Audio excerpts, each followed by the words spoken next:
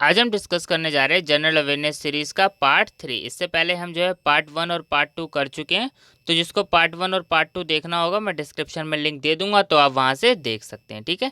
तो ये general awareness जो है ज़्यादातर हर एंट्रेंस एग्जाम के लिए इंपॉर्टेंट है। अगर आपके कोर्स में एंट्रेंस पेपर में जनरल अवेयरनेस है तो आप लोगों को ये क्वेश्चन ज़रूर कवर करने चाहिए। ठीक है। आइए हम एक एक करके बात करते हैं। Question number 51, which of the following is direct tax.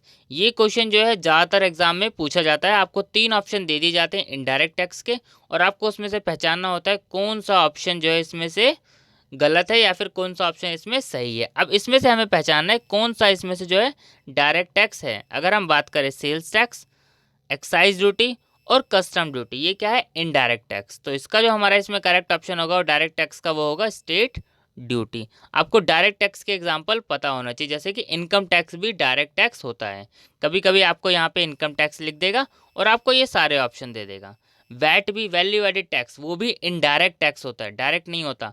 तो डायरेक्ट के आपको एग्जाम्पल पता होना चाहिए, आप आसानी से पता लगा लेंगे कि ये डायरेक्ट है या फिर इनडायरेक्ट टैक्स। ठीक है।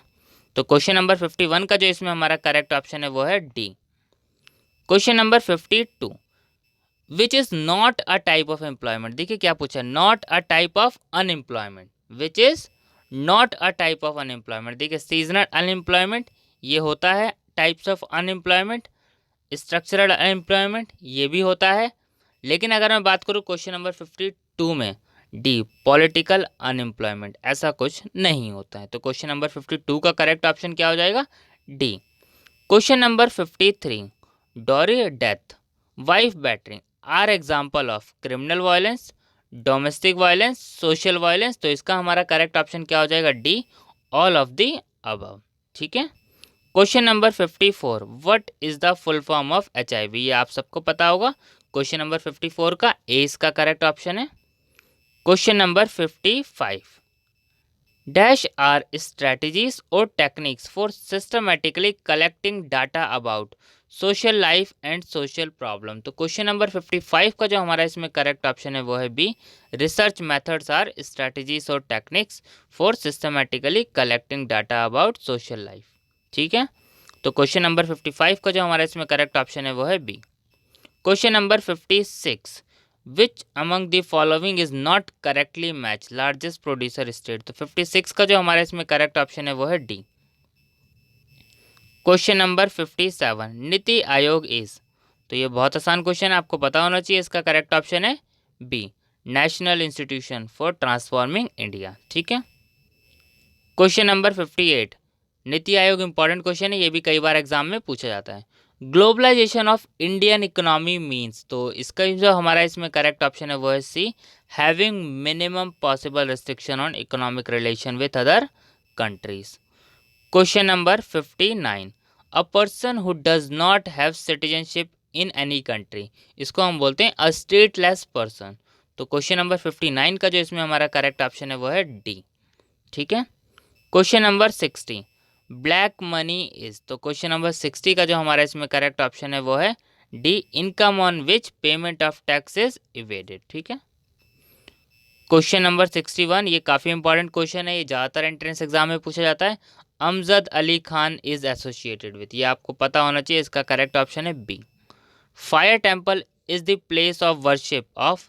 तो क्वेश्चन नंबर 62 भी जो इंपॉर्टेंट है, इसका करेक्ट ऑप्शन है D. Next question, question number 63, correct this sentence. तो इसका जो हमारा इसमें करेक्ट ऑप्शन होगा, मैं आपको इसमें करेक्ट ऑप्शन बताया था, डी इसका करेक्ट ऑप्शन होगा। ये कंप्लीट दी सेंटेंस वाले हैं, मैं आपको इसमें करेक्ट ऑप्शन बता देता हूँ, आप इसको करना चाहें तो कर सकते हैं। क्वेश्चन नंबर 64, इसका जो हमारा इसमें करेक्ट ऑप्शन होगा D. 65, complete the sentence he has no money now. तो 65 का जो हमारा इसमें करेक्ट ऑप्शन बनेगा वो बनेगा B, as he has given up all his wealth. ठीक है। Question number 66, an open ended questionnaire is one in which. तो 66 का जो इसमें हमारा करेक्ट ऑप्शन बनेगा वो बनेगा डी।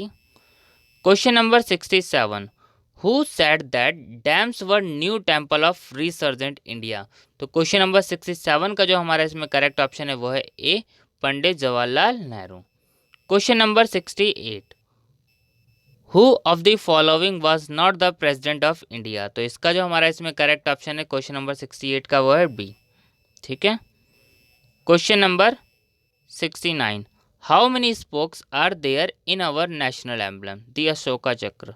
तो क्वेश्चन नंबर 69 बहुत आसान क्वेश्चन है, करेक्ट ऑप्शन इसका क्या है डी। इंपॉर्टेंट क्वेश्चन भी है, ये भी कई बार एग्जाम में पूछा जाता है। ठीक है। Question number 70, the national commission for women was created by. तो क्वेश्चन नंबर 70 का जो हमारा इसमें करेक्ट ऑप्शन है वो है B, an act of the parliament. ठीक है। मिलते हैं हम पार्ट 4 में। Thank you.